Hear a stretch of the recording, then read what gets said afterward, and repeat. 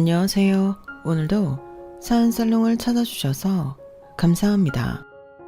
저는 갑작스러운 파혼을 당해 골짜기 날 만큼 울며 시간을 보내다 사필 규정을 눈앞에서 목도한 뒤 제 바지가랑이를 붙잡는 글을 미련 없이 놓은 30세 여성입니다. 저는 3살 연상의 남자와 3개월이라는 짧은 시간 연애를 한 뒤에 결혼을 준비 중이었어요. 주변에서 너무 성급하게 결혼을 결정하는 거 아니냐고 반대를 많이 했어요. 하지만 두 귀를 닫고 앞만 보고 달랬어요. 그런데 상견례를 하고 한 달이 지났을 때 편하게 예랑이라고 할게요. 예랑이 저에게 문자로 파혼 통보를 했어요. 이유를 물으니 시댁이 대박이 났다고 하더라고요. 그래서 제가 필요 없대요. 그러면서 하는 말이 얼마나 저에게 상처가 되었는지. 저는 매일 울면서 지냈어요. 겨우 예식장과 기타 등등을 취소하고 칩거했죠. 그런데 사필 규정이라고 하죠. 모든 일이 반드시 바른 대로 돌아간다는 말이잖아요. 인과응보라는 말도 있고요. 정말 그런 말이 괜히 나온 게 아니라니까요. 시댁 사업에 치명적인 문제가 생긴 거예요. 그래서 폭삭 망했죠. 그리고 예랑이 저를 찾아왔는데 왜 찾아왔는지, 그래서 제가 어떻게 했는지 궁금하시죠? 지금 시작할게요. 저는 유능한 경찰의 이녀 중 맏딸로 태어났어요. 저희 친가는 법률계 사람들이 많은데요. 저희 할아버지가 국가수사본부장까지 하셨고 큰아버지가 경찰청에 계시고 막내 부모가 겸사세요. 지금 저희 아빠도 경찰청에 계시고요. 그래서 저희 가족은 어릴 때부터 불의를 참지 말고 정직할 것을 교육받았어요. 그리고 아무래도 각 지역의 사건 사고를 다루는 직업이다 보니 안전에 늘 유의하라는 말을 들었죠. 더군다나 아빠는 딸만 둘이어서 저희 자매를 제약하고 간섭하는 것도 없지 않았어요. 특히 성적이 떨어지는 것보다 규칙을 어겨서 벌점을 받아오는 것에 더 혼이 났죠. 아빠는 영재보다 누구에게나 모범이 될 수 있는 사람이 되라고 누누이 말씀하셨어요. 여기까지 들으시면 저희 가족 분위기가 좀 삭막할 거라고 예상하실 수도 있겠어요. 하지만 저희 가족은 화목하고 단란했어요. 저희 아빠가 경찰청에서는 무섭다고 소문이 나 있지만 지인들 사이에선 완전히 딸바보의 애처가로 유명해요. 물론 숨길 수 없는 카리스마 때문에 다들 믿지 않지만 고등학생 때까지 아빠가 출근하면 포옹을 했는걸요. 퇴근을 할 때도 늘 문 앞에 마중을 나와 포옹을 해드렸죠. 사춘기가 심했을 땐 가끔 아빠에게 인사만 할 때도 있었어요. 그러면 아빠는 눈에 띄게 서운해했어요. 그리고 저희 아빠가 가장 좋아하는 시간은 내 가족이 함께 모여 저녁을 먹는 시간이에요. 저희 가족은 저녁을 먹는 시간이 다른 집보다 긴데요. 1시간 정도 먹는 것 같아요. 서로 오늘 있었던 일들을 희노애락과 함께 털어놓곤 했죠. 그리고 아빠는 한 달에 한 번은 꼭 여행을 가기 위해 노력했어요. 추억을 많이 만들고 싶어 하셨죠. 이번에는 저희 엄마 이야기를 잠깐 할게요. 저희 엄마는 중학교 음악교사로 재직 중이시고 교육을 업으로 삼고 있기 때문에 저희를 당신의 교육 철학에 맞게 올바르게 키우려고 노력했어요. 그러면서도 저희가 자유롭게 크도록 옆에서 도와주었죠. 한 번도 저희에게 화를 내신 적이 없어요. 따끔한 충고는 했지만 질책을 하거나 언성을 높이거나 하지 않았어요. 그리고 학교에서 가르치는 것처럼 공정하고 공평하게 저희를 키우셨죠. 그래서 엄마한테 혼날 땐 억울한 것도 없었어요. 그리고 저희 부모님은 저와 여동생에게 지원을 아끼지 않았어요. 안정적으로 경제활동을 하는 부모님 덕분에 저와 제 여동생은 어렸을 때부터 가지고 싶은 게 별로 없었어요. 이미 다 가지고 있었거든요. 어디를 가든 부러움의 대상이었어요. 최신 기계나 신상, 유행하는 것과 유행할 것 모두 가지고 있었어요. 그리고 저는 남들은 하고 싶어도 못하는 악기들을 쉽게 배우고 최종적으로 바이올린을 전공으로 선택할 수 있었어요. 그리고 제 동생은 미국으로 유학을 가 대학원까지 자기가 하고 싶은 공부를 할 수 있었죠. 물론 무슨 경찰이 무슨 교사가 자식들한테 그렇게 퍼줄 수 있어? 라고 의문을 품으실 분도 계실 것 같아요. 솔직하게 말씀드리면 친가와 외가 둘 다 잘 살았어요. 친가는 앞서 말씀드렸다시피 법률계 집안으로 명예도 있고요. 그리고 외가는 분홍이 땅 부자예요. 어릴 때부터 시장에 가면 저희 식구들을 엄마를 모르는 사람이 없었어요. 그래서 그런지 두 분 다 천성이 여유롭고 그걸 저희 자매가 물려받았어요. 동생은 모르겠는데 저는 종종 이런 말을 듣곤 했거든요. 얘들아, 예은이는 뒤에서 누가 밀쳐도 웃으면서 뒤돌아볼 것 같지 않니? 맞아, 맞아. 오히려 괜찮냐고 할 것 같아. 솔직히 말해봐. 너 싫어하는 사람 있을 것 같아. 없을 것 같지? 그런 걸 생각해서 뭐해. 나 좋아하는 사람들이 이렇게 많은데. 봐, 그렇다니까. 너는 천성이 너무 착해. 그래도 가끔 이상한 애들 붙으니까 의심은 하는 게 좋을걸? 그래. 구김이 없어 보이는 것도 먹잇감 되기 쉽다. 먹잇감이라니. 무슨 동물의 왕국도 아니고. 그런데 구김이 없어? 응. 우리 엄마가 그러더라. 예은이 같은 사람을 구김이 없다고 하는 거래. 친구의 말에 다들 동의하는 눈치였고 그 이후로도 구김이 없다는 말을 종종 들었는데 사실 그때만 해도 그게 칭찬이라고 생각했어요. 그런데 아니었죠. 한국에서 학사를 따고 저는 유학을 갔어요. 미국으로 가서 바이올린에 대해 더 전문적으로 배우기 시작했죠. 정말 즐거웠어요. 세계 각국에서 음악을 사랑해 모인 사람들과 합주를 하는 건 당연하고요. 그런 사람들을 알아가는 것도 즐거웠어요. 그리고 제가 유학 시절을 잊을 수 없는 이유는 한 가지가 더 있어요. 제가 그때 인생 처음으로 연애를 시작했거든요. 저는 연애를 그렇게 추구하지 않았어요. 다른 친구들은 연애를 꼭 해야 한다고 그랬지만 저는 친구들만 있으면 됐거든요. 그런 저에게 이성의 사랑이 무엇인지 그 사람은 알려줬어요. 상대는 같은 음대에 다니며 같은 오케스트라에서 연주를 한 첼리스트였어요. 저보다 2살 연상이지만 저와 같이 한국인이어서 많이 의지를 했죠. 무려 5년이나 연애를 했어요. 저는 그 사람이 저의 운명이라고 생각했죠. 물론 몇 번 이별을 통보받았어요. 제가 연애가 처음이라 서툴러서 그런 것도 있는데 그 사람 가정 형편이 좋지 않아서 제가 몇 번 도와준 게 그 사람은 유쾌하지 않았나 봐요. 그 사람은 사실 유학을 올 수 있는 형편이 아닌데 부모님이 무리를 해서 비행기까진 탈 수 있었어요. 겨우 오디션을 받고 기적적으로 장학생으로 선발되었어요. 그런데 아르바이트를 하며 생활비를 벌다 보니 연습할 시간이 부족했고 나중엔 장학생 자격 박탈을 받았어요. 그래서 학비를 다시 내야 했죠. 그래서 제가 도와줬어요. 제가 자취한 집으로 들어오라고 했고 식비와 생활비 전부 내지 말라고 했어요. 아르바이트에서 번 돈은 학비로 모두 충당해. 너무 부담 갖지 말고. 나는 하나도 안 불편해. 오히려 너랑 종일 같이 있을 수 있어서 좋은걸? 어떻게 그래. 내가 월세 조금이라도 보탤게. 아니야, 그럴 필요 없어. 어차피 내가 내는 것도 아니고 우리 부모님이 내는 거야. 식비랑 생활비도 우리가 많이 먹지 않으니까 내가 받는 돈이면 충분해. 그래도 너도 놀고 그래야지. 사고 싶은 것도 있을 테고. 나 그런 거 없어. 그러니까 너는 다른 생각하지 말고 학비 벌고 연습만 해. 절대 유급당하면 안 된다. 네가 그럴 리 없지만 나 너 없이 학교 다니기 싫어. 그렇게 각자 부모님 몰래 동거를 하게 되었고 나름 잘 지내고 있었어요. 저는 하나도 불편하지 않았어요. 오히려 사랑하는 사람과 하루 종일 붙어 다니니 좋았어요. 그런데 그 사람은 아니었나 봐요. 집에 잘 있지 않았어요.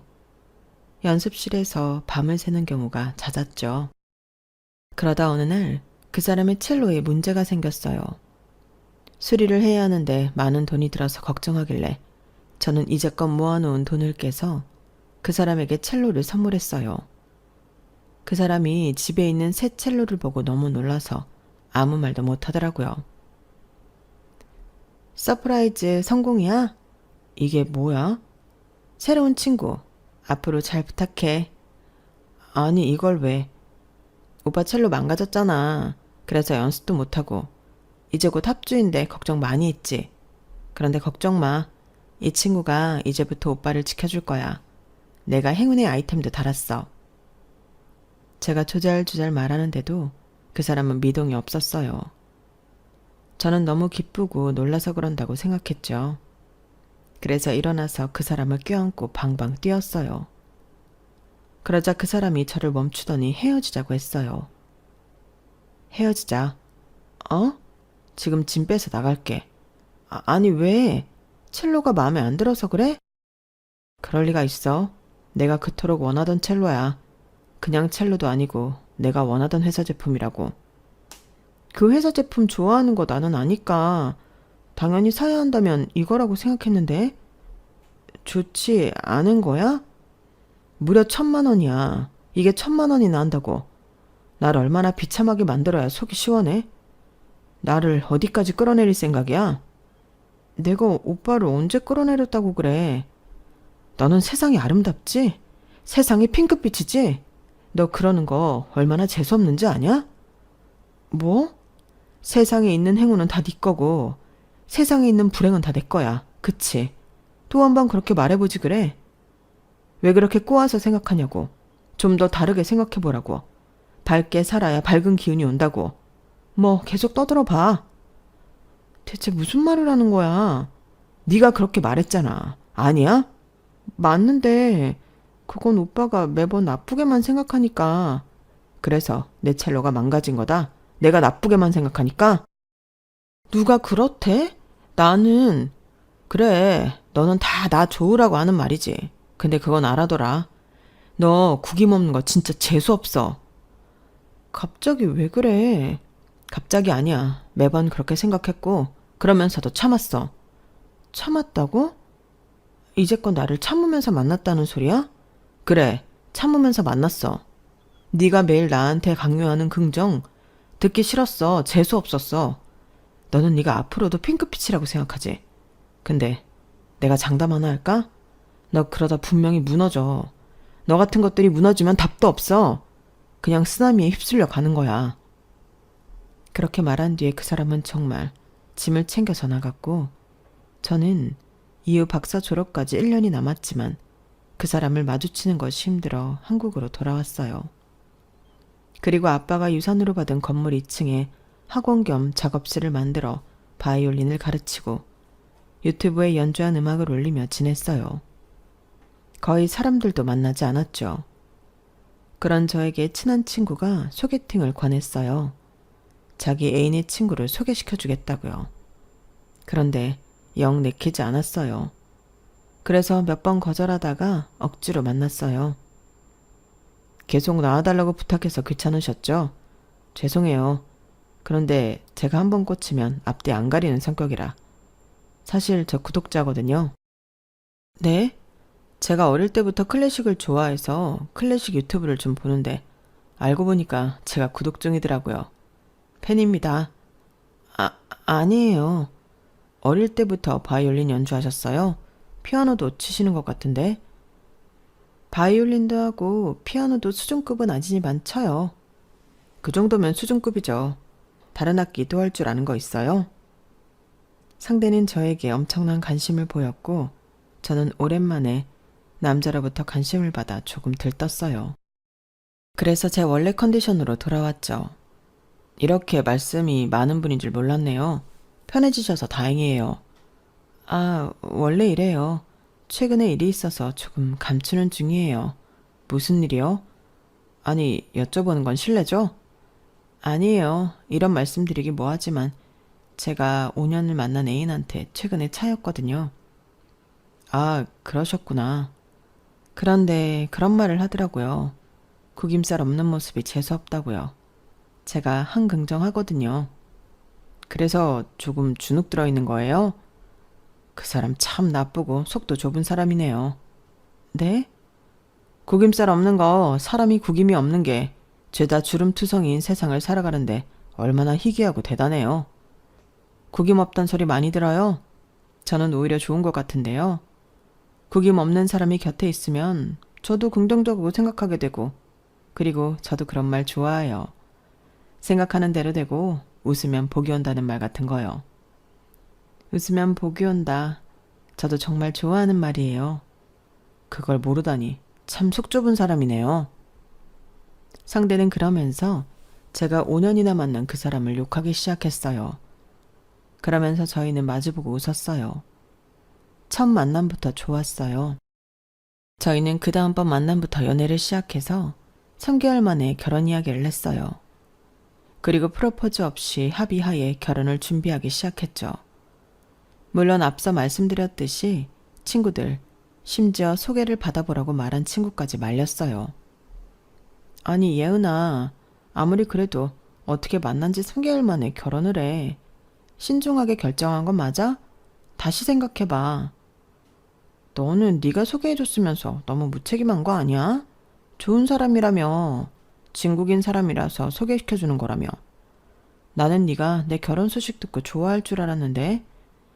좋지. 내가 인연을 맺어줬으니 그 사람들이 결혼을 한다고 해서 좋아.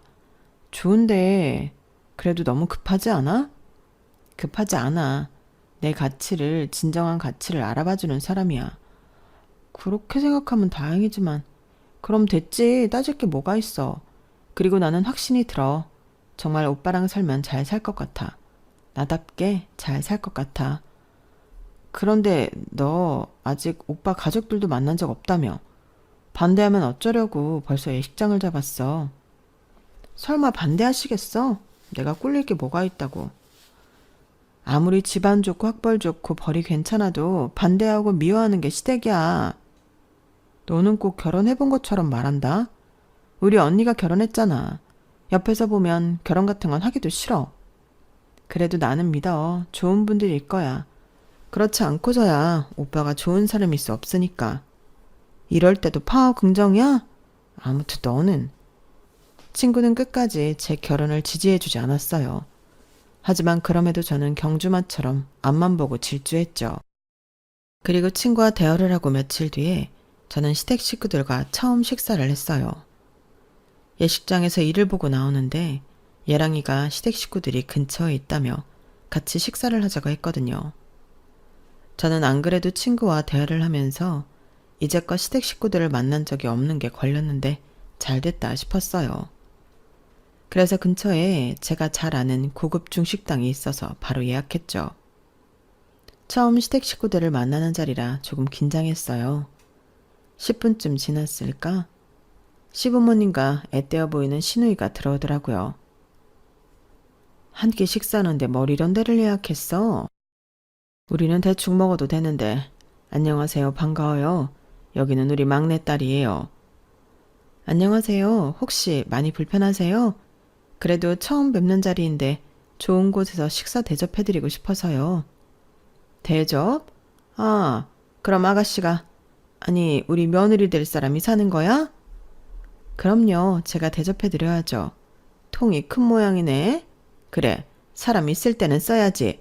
100점이네. 100점이야. 당신은 뭘 얼마나 봤다고 100점이야. 100점은. 아가씨는 뭐 하는 사람이에요? 우리는 그것도 몰라서. 바이올린 가르치고 있습니다. 가끔 오케스트라에서 연주도 하고요. 클래식? 교양 있는 직업이네. 그런데 악기를 배우려면 돈이 많이 들지 않나? 엄마, 바이올린 그거 엄청 비싸요. 그것뿐인 줄 알아? 예은이 유학도 다녀왔어요. 엄청 유명한 음대. 어머, 정말 부자인가 보다. 엄마, 저 시계랑 가방 전부 명품이에요. 그거 이번에 신상으로 나온 거 아니에요? 안 그래도 사람이 좀 부티가 나 보인다고 이야기하려고 했어. 내가 사람 보는 눈이 있잖아. 그래서 부모님은 뭐 하시나? 아버지는 경찰청에 계시고 어머니는 중학교 음악교사로 계세요. 경찰청은 그렇다 쳐도 중학교 교사가 돈이 그렇게 많나? 그래도 부족함 없이 컸어요. 예은이 외가 쪽이 엄청난 분홍의 땅 부자예요. 어머, 그러니? 너는 어디서 이런 보물 같은 여자를 찾았어? 복도 많다. 언니, 저 그 가방 한번 봐도 돼요? 어허, 지금 뭐 하는 거야? 교양업계. 우리가 뭐 거지 새끼도 아니고. 그래, 그렇게 말하고 행동해야겠어. 아버지는 갑자기 분위기 흐리게 왜 그러세요? 아가씨, 아니, 이제 며느리 될 사람이니 새아가라고 부를게요. 새아가야, 아까 사돈이 경찰청에 교사라고 했지? 하지만 그래봤자 공무원 아니냐? 공무원은 나라의 개야, 개. 자애라고는 티끌도 없지. 새아가 너는 가장 가치 있는 일이 뭐라고 생각하냐? 나는 말이다. 나를 성장시킬 수 있는 일이 가장 가치 있는 일이라고 생각한다. 그리고 가장 나를 성장시킬 수 있는 일은 사업이야. 우리 아들이 말했는지 모르겠지만 나 사장이다. 내가 CEO라고. 아무리 너희 부모님이 경찰청의 높은 직급이고 교사라고 나만큼 벌까. 아까 들어올 때 봤는지 모르겠지만 나 벤츠 타고 다닌다. 집도 2층짜리 전원주택이지. 아까 외가댁이 분홍의 땅 부자라고? 우리도 땅이 있다. 세도 주고 있어. 못 믿겠으면 서류 떼 와서 보여주마. 지금 얼굴 보니까 믿지 못하는 모양인데 정말 원래 부자는 겉으로 티가 안 나는 법이야. 왜냐하면 부자라는 걸 티내기 위해 명품을 사고 몸에 두르고 다니진 않으니까. 나도 개인적으로 그런 건 사치라고 생각해. 그러니까 돈이 없어서 돈이 모자라서 그러는 게 아니야. 우리는 검소한 거다. 검소하면 좋죠. 현명하시네요. 그래서 우리 승준 씨도 검소하고 알뜰한가 봐요. 그리고 저도 아까 들어오시기 전에 아버님 차 봤어요. 좋은 차던데요. 아버님이랑 잘 어울리세요. 그렇지? 내가 사람들 만나는 일이 잦아서 차는 좋은 걸 해야겠더라고. 영업하시는 거예요? 영업이라기보다는 내가 원래 여행사를 했거든. 그래서 세계 각국의 좋은 상품들을 잘 알고 있어. 건강식품뿐만 아니라 미용상품, 생활용품까지 섭렵하고 있지. 여행사를 하셨구나. 그래, 13년 정도 했는데 내가 누구 밑에 있는 성격이 아니야. 엄청 진취적이고 사람을 이끄는 힘이 있거든. 그래서 철저하게 계산해서 모든 걸 다 준비한 끝에 사업을 시작했어. 나를 따라서 온 여행사 직원들도 많았지. 지금도 같이 하고 있고. 그리고 보란듯이 성공했어. 내 생각이 맞았던 거야. 좋은 물건을, 그것도 구하기 어려운 외국 물건을 합리적인 가격에 파는데 성공하지 못할 이유가 없지. 우리 회사 모토가 뭔 줄 알아? 굿서클이야. 좋은 물건을 합리적인 가격에 팔고 산 사람들이 주변에 알리고 또 알리고. 우리 회사에 단골이 얼마나 많다고. 물론 신고 고객도 많지만. 그런 운영 철학도 있고 정말 멋진데요. 그런데 직원도 많을 것 같은데 직접 영업하시는 거예요? 원래 사장이 더 움직여야 하는 거야. 그래야 직원들도 더 열심히 하지. 정말 멋있으시네요. 그런데 아까 학원 운영하고 있다고 했지? 그것도 어떻게 보면 사업인데 학생 수가 어떻게 되나? 그렇게 많진 않아요. 학원도 그렇게 크지 않고요. 더 키워야지. 나이도 젊은데 패기가 없네. 그래도 아버지, 예은이가 어디서 학원 하는 줄 아세요? 우리 지역에서 제일 비싼 동네에서 해요. 그런데 그 건물이 장인어른 건물이에요. 거기 엄청 비싸던데? 건물이 몇 층짜린데? 한 5층 되나? 그럼 값이 꽤 나가겠네. 그 건물이 위치도 좋아서 들어가겠다는 사람이 엄청 많대요. 그런데 장인어른이 예은이를 위해서 2층 한 칸 준 거예요. 그것도 2층에서 제일 넓은 칸으로요. 어머, 딸을 끔찍하게 생각하시네. 아가씨 외동이야? 외동은 아니고 맞이예요. 어머, 그래도 맞이가 좋지. 우리 아들 아주 땡 잡았네. 그럼 결혼 허락하시는 거죠? 그럼 찬성 안 할 게 뭐가 있니? 엄마는 찬성이다. 아버지는요? 너희들이 좋다는데 뭐. 아무튼 새아가 너는 사업을 더 키워라. 사업은 그런 마음가짐으로 해서는 안 돼. 욕심을 가져야지. 그리고 다음 날엔 예랑이가 요구해서 저희 집 식구들을 만났어요. 저희 집은 갑작스러운 결혼 소식에 당황했지만 제가 원하기 때문에 허락하셨어요. 그렇게 저희 커플은 더 적극적으로 결혼 준비를 했죠. 그런데 예랑이 저에게 진지하게 할 말이 있다고 했어요. 진지하게 할 말이 있어. 나 곧 퇴직할 거야. 그만두고 아버지 회사에 도움이 되고 싶어. 뭐? 아니, 그럼 우리 둘 다 사업을 하는 건데 그래도 회사에 있는 게 낫지 않겠어? 누가 하나라도 안정적으로 벌어야 하잖아. 혹시 회사에서 무슨 일 있는 거 아니지? 그런 거 없어. 나 일 잘해. 다른 증권사에서 스카우트 제의도 들어온다고. 다만 난 도전하고 싶은 거야. 그리고 공무원이 아닌 이상 평생 안정적인 건 없어. 회사가 망하면 끝이라고. 오빠 회사가 망할 리 없잖아. 잘 나가는 증권사인데. 반대하는 거야? 둘 다 불안정한 수입이면 불안할 수밖에 없잖아. 네가 왜 불안정해? 적어도 너는 장인어른 건물에 있잖아. 세도 안 내고 관리비도 안 내고 학원 등록하는 사람들도 늘고 있다며. 나는 이제 새로운 사업을 할 거라 당장 수입은 보장하지 못하지만 그래도 나는 네가 있어서 도전할 수 있을 것 같은데 그러다가 안 되면? 어라? 긍정파워 예언이가 어디 갔지? 나는 네가 그런 사람이라서 결혼까지 생각하는 건데. 그리고 영 불안하면 장인어른한테 건물을 미리 달라고 해. 건물을 달라고 하라고? 어차피 너한테 줄 거 아니야? 네가 맞으잖아. 왜? 아니래? 처제 준대? 아니면 나눠서 준대? 우리 아빠 아직 살아계시는데 무슨 그런 얘기를 해. 그런 이야기는 미리 할수록 좋아. 나중에 꼭 물어봐. 어떻게 할 생각인지. 그리고 나는 확신이 들어. 오랫동안 준비한 사업이기도 하고 되는 거야. 이건 반드시 되는 일이라고. 이제 내 눈앞에 돈길이 펼쳐질 거야. 떼부자가 되는 거라고. 무슨 사업인데? 그걸 발설하면 안 되지. 이제 네 앞날도 꽃길일 거다. 내 덕분에. 얘랑은 그렇게 말을 돌렸고 저는 얘랑이 앞으로 할 사업이 뭔지 전혀 몰랐죠. 그리고 상견례를 했어요. 도련님이 운영하는 일식집에서 진행되었어요.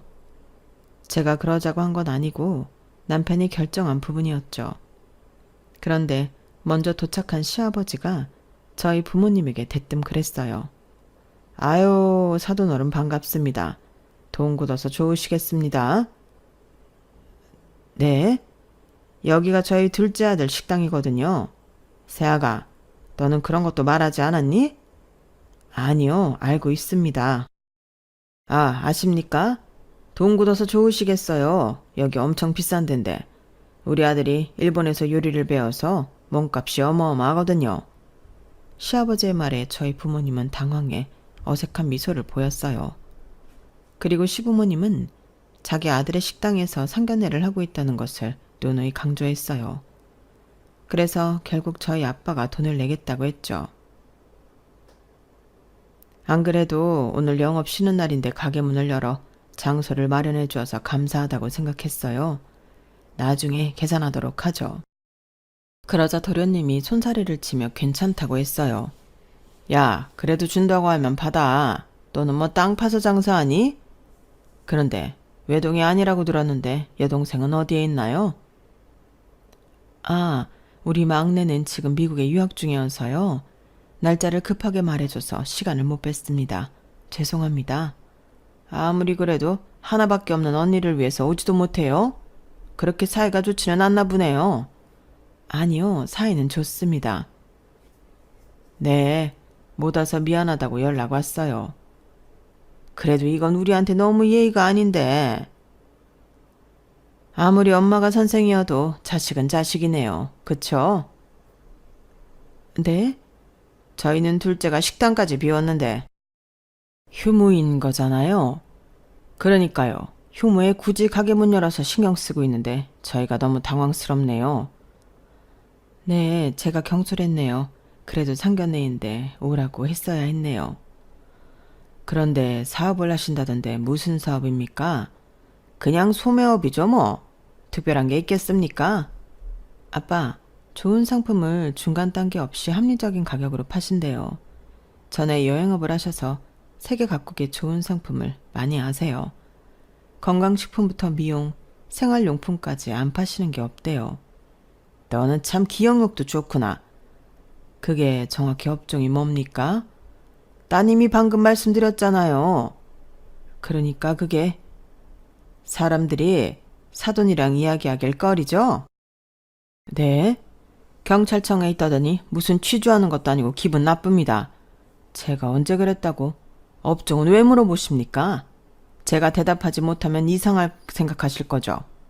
그래서야 일상생활은 가능합니까? 말이 좀 심하시네요. 그럼 사업하면 죄다 돈으로 보이는가 보죠. 둘째 아들한테 저희가 상견례하게 자리 비우라고 강요한 것도 아닌데 들어오자마자 돈 타령. 대기야말로 일상생활은 가능합니까? 뭐예요? 왜 이러세요? 다들 진정하세요. 아빠는 왜 갑자기 업종을 물으셔서 당황하게 하세요? 아버지도 왜 들어오시자마자 돈 얘기를 하셔서 불편하게 만드세요? 저희 커플이 두 분을 말렸고 겨우겨우 상견례스러운 분위기를 만들었어요.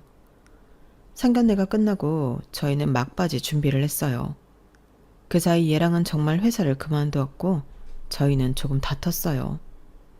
하지만 얘랑이 자기를 좀 믿어달라더군요. 이번에 정말 자신 있어. 그리고 네가 믿어주지 않으면 내가 어떻게 힘을 내겠어? 조금 더 나를 믿어줘.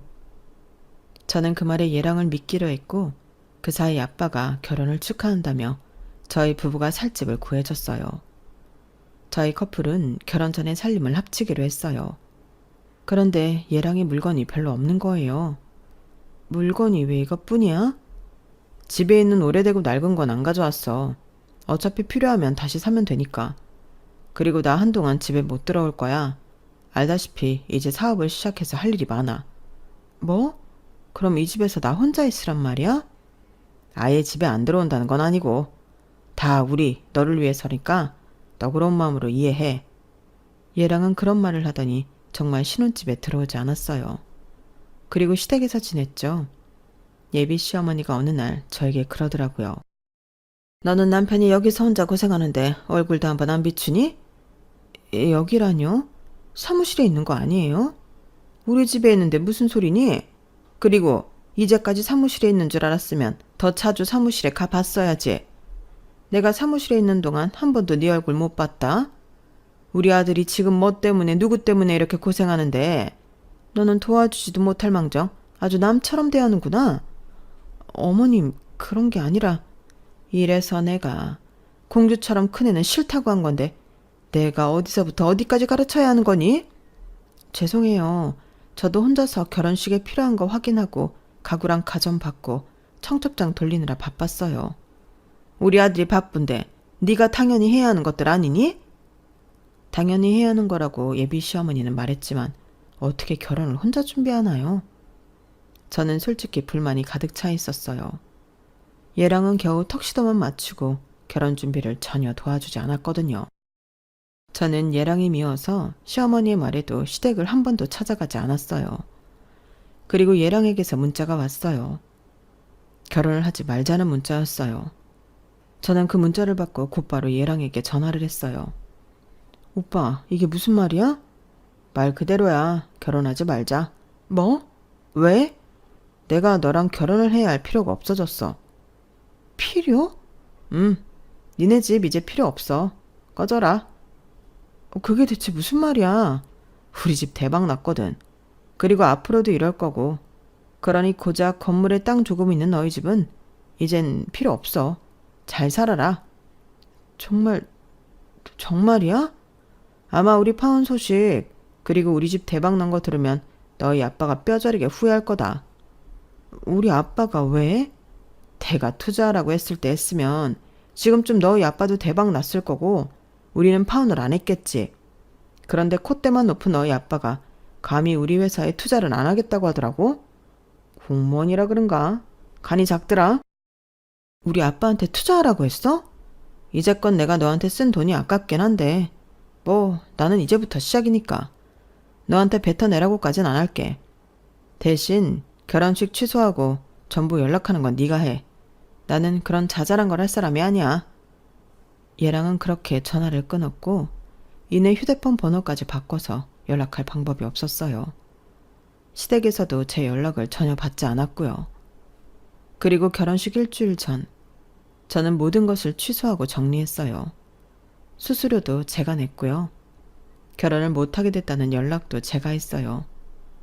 부모님에게도 어렵게 상황을 전했고 저는 집에서 일주일 동안 나가지 않으며 울기만 했어요. 그리고 부모님이 제가 있는 집으로 찾아왔죠. 어떻게 된 거냐?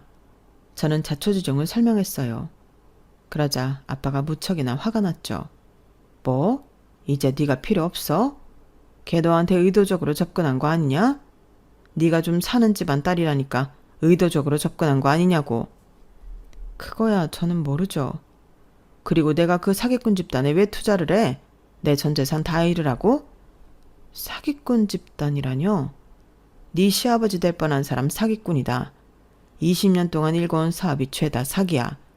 내가 이름이 너무 나딕다 했어. 그래서 업종을 물어봤는데 교묘하게 피하기나 하고 거기서 꼬리를 잡았어야 했는데 좋은 일 하신다고 했어요. 좋은 일은 무슨? 비싸게 팔 수 있는 해외 상품만 가지고 노인을 대상으로 강매한 거다. 돌아다니면서 영업한다고 했지? 비닐하우스, 노인정 마을회관을 돌아다니면서 강제로 물건을 사게 한 거야. 그리고 공짜로 여행시켜준다고 하면서 노인들한테 노래 불러주는 척 물건 팔고 안 사면 협박하고 시세보다 10배, 15배 비싸게 팔았다더라. 인터넷도 못하는 노인들이 그런 걸 알 리가 있나? 결국 쌈짓돈 모아놓은 거 다 털리고 그걸 안 자식 손주들이 신고한 것만 수두룩해. 그런데 왜 잡혀가지 않았어요? 잡으려고 영장 신청하면 기각됐다. 알고 보니 법원에 아는 판사가 있더라. 법원에서 네 시아버지 될 사람이 일했던 여행사를 쓰고 있었어. 그때 친분이 지금까지 이어온 모양이야. 그리고 네 남편 될 사람도 결국엔 사기꾼이 되었더구나. 들어보니 7천만 원만 투자하면 10배가 넘는 8억 5천만 원으로 돌려주겠다며 사람들을 꼬드긴 모양인데 그 돈이 벌써 76억이 되었다더라. 지금 한 명이 친구를 해서 접수되었는데 영장이 발부될지는 모르겠구나. 그러면 어떻게 해야 해요? 아빠 말대로 잘할 수 있겠니? 저는 아빠가 하는 말을 신중하게 들었어요. 그리고 이내 시아버지는 체포되었어요. 방문 판매법 위반과 협박죄로 체포되었죠. 그 소식을 들은 다음 날 예랑이가 저를 찾아왔어요. 네가 꾸민 짓이지. 20년 동안 한 번도 이런 일 없었어. 우리 아버지는 좋은 물건을 합리적인 가격으로 팔았을 뿐이야. 굿서클. 기억하지? 너도 분명 좋은 철학이라고 그랬으니까. 그런데 어떻게 이럴 수가 있어? 정말 가슴에 손을 얹고 그런 말을 할 수 있어? 지금 너희 집 사업 때문에 울고 있는 사람이 몇인데. 누가 그래? 그리고 설령 그런 사람이 있다고 한들 네가 우는 것도 아닌데 무슨 상관이야? 네가 너희 집이 그런 식으로 생각해서 이런 일을 벌인 거구나. 정말 사람이 어떻게 그렇게 지독하니? 그래, 네가 실컷 떠들어봐. 어차피 우리 아버지는 무혐의야. 우리가 그런 장치도 없이 일했을까 봐? 나도 알아. 너희 집이 CCTV 없는 장소에서만 강매를 유도했고 구매 합의 계약서 같은 것도 작성했더라. 환불 안내도 형식적이었겠지만 했고 정말 환불해준 기록도 있다지? 그래, 그러니까 우리 아버지는 무혐의야. 그런데 경찰분들이 그 이야기는 안 해줬니? 피해자들 다수가 진술서를 작성했다고? 뭐? 내가 그런 말을 믿을 것 같아? 그래, 믿지 못하겠지. 애초에 너랑 네 아버지가 진술서는 생각도 못하는 노인분들한테만 강매를 했으니까. 하지만 사실이야. 그 노인분들의 자식 손주들이 발벗고 나섰고 자식이나 손주 없는 분들에게도 정보를 줘서 많은 분들이 진술서를 작성했어. 그리고 구매합의 계약서에 있는 가격이랑 원가가 너무 다르더라. 뭐가 달라? 네가 봤어? 우리는 합리적인 가격에 물건을 팔아왔어. 합리적인 가격이라는 게 10배는 올려서 받는 거야? 나는 몰랐네. 내가 사업을 몰라서 그런가? 그리고 상품 설명 및 시음비 이런 말도 안 되는 수수료까지 포함되어 있더라. 그건 어떻게 설명할 건데? 네가 그걸 어떻게 알아? 아주 우리를 작정하고 물먹이겠다 이거지? 그래, 우리도 변호사 선임할 거야. 아주 유능한 사람으로. 네가 과연 그럴 시간이 있을까? 너도 곧 체포될 텐데? 내가 왜? 이건 아버지 사업이지 나랑은 관계없어. 나는 한 번도 판매한 적 없다고. 내가 너희 아버지 사무실 간 거 알지? 알지? 내가 결혼 못하겠다고 하니 찾아와서 따졌잖아. 너는 여자가 지조도 없니? 차이면 겸허히 받아들여야지 왜 찾아와? 자존심도 없어? 내가 과연 따지려고 갔을까? 이미 결혼식도 취소하고 손해도 내가 다 보고 결혼식 안 한다고 주변 사람들에게 알린 뒤였는데 나 지조 있어? 자존심도 있고. 대체 무슨 소리라는 거야? 내가 찾아간 건 너희 아버지가 강매를 하고 있다는 결정적 증거를 찾기 위해서였어. 그리고 생각보다 어렵지 않게 찾았지. 무슨 자신감인지 서랍장을 잠가놓지도 않았더라. 그래서 너희 아버지가 어떻게 물건을 팔았는지 알게 됐지. 너희 아버지 진짜 대단한 사람이더라. 원가보다 10배 비싸게 판 것도 모자라 관세도 내지 않았고 저렴하게 해주겠다는 달콤한 말을 하면서 물건값을 모두 현금으로 받았다지? 현금 영수증도 안 해주고 말이야. 그거 다 탈세인 거 알고 있니? 그리고 내가 네 자리에서 전화를 한 통 받았는데 말이야. 내 자리에서 전화를 받았다고? 더 투자할 것 같은데 얼마나 받을 거냐고 묻더라. 그러면서 막 웃더라고. 사람들이 바보 같대. 어떻게 7천만 원을 8억 5천으로 만들어준다는 소리를 믿냐고. 그리고 네 서랍을 뒤지니까 네 사업 계획서가 나오더라. 아, 사업이 아니라 사기지? 너 그거 엄연히 범죄야. 네가 저지른 범죄를 내가 세상에 알리는 건데 그게 어떻게 범죄야. 정이지. 이제까지 돈 쉽게 벌어서 좋았지? 돈은 쉽게 버는 게 아니야. 다들 피땀 흘려 버는데 미안하지도 않니? 네가 그런 말을 하니까 우습다. 누구보다 쉽게 돈을 벌고 쓴 애가 아니야? 돈 많은 부모 만나 어릴 때부터 쉽게 얻고 쉽게 쓰고 쉽게 버리고 그런 여자한테 이런 소리 듣고 싶진 않은데? 그건 네가 나를 몰라서 하는 소리야. 나도 사회에 나오면서 어렵게 벌었어. 그런 애가 아버지 빌딩에서 학원을 해? 우습다. 아무리 그렇게 말해도 소용없어. 난 적어도 남이 피땀 흘려 번 돈 쉽게 얻으려고 하지 않았어. 나는 너랑 달라. 좀 여유로웠을 뿐이라고. 쉽게 생각하지 마. 그래봤자 너는 공주님이야. 공주님 주제에 피땀 흘려 번 돈? 우습다 우스워. 그래도 난 사기는 안 쳐. 그리고 네가 지금 날 우스워할 시간이 있어? 그래, 지금을 즐겨. 너 곧 잡혀갈 거니까. 제가 그렇게 말하자 얘랑은 갑자기 표정이 변했어요. 그리고 저를 폭행하려고 했죠. 그래서 저는 경찰을 불렀어요. 경찰이 출동했고 그 길로 얘랑은 경찰서에서 나오지 못했어요. 사기 혐의가 더해져 재판을 받게 되었죠. 그리고 비슷한 시점에 시아버지도 재판을 받았어요. 재판 결과는 두 사람 모두 징역이었어요. 시아버지는 징역 7년, 얘랑은 징역 3년을 선고받았어요. 두 사람 다 항소를 하겠다고 난리였어요. 피해자들이 모두 재판장에 있는데 말이에요. 아빠가 정말 양심도 없는 사람들이라며 욕을 했고 피해자들도 고래고래 소리를 지르며 욕을 했어요. 그리고 결국 두 사람 모두 항소를 하지 않았어요. 피해자들의 울분을 들으니 못한 것일지도 모르죠. 저는 그 사람들이 적어도 그 정도의 양심은 있길 바라요. 그것도 아니면 어쨌거나 그 사람을 평생의 반려자로 선택한 제가 너무 초라해지니까요. 얘랑이 감옥에 갔다는 소식이 제 주변에 퍼진 뒤에 저에게 많은 위로의 연락이 왔어요. 결혼을 하지 않길 잘했다는 연락이 대부분이었어요. 맞아요. 그런 남자와 결혼을 안 한 게 천만 다행이죠. 하지만 알 수 없이 저는 찜찜했어요. 얘랑이 한 말들이 마음에 걸렸거든요. 돈을 쉽게 얻고 쓴다는 둥, 공주라는 둥. 저를 열받게 하려고 했던 말이라는 걸 알지만 그 말이 자꾸 제 가슴을 찔렀어요. 그래서 저는 아빠 건물에서 운영한 학원을 폐업했어요. 그리고 지금 오케스트라 오디션을 보러 다니는 중이에요. 오케스트라에 붙으면 집에서도 독립할 생각이에요. 부모님이 걱정하면서 말렸지만 지금이 아니면 독립할 수 없을 것 같더라고요. 물론 제가 사기를 치던 예비 시아버지 얘랑과 동급이라고 생각하는 건 아니에요. 하지만 얘랑의 말처럼 제가 남들보다 넉넉한 집안에서 돈이든 뭐든 쉽게 얻을 수 있었던 건 맞으니까요. 그래서 쉽게가 아닌 어렵지만 제 손으로 갈아보려고요. 그러다 보면 좋은 인연도 만나게 되지 않을까요? 여기까지가 제 사연입니다. 이야기 들어주셔서 너무 감사드리고요.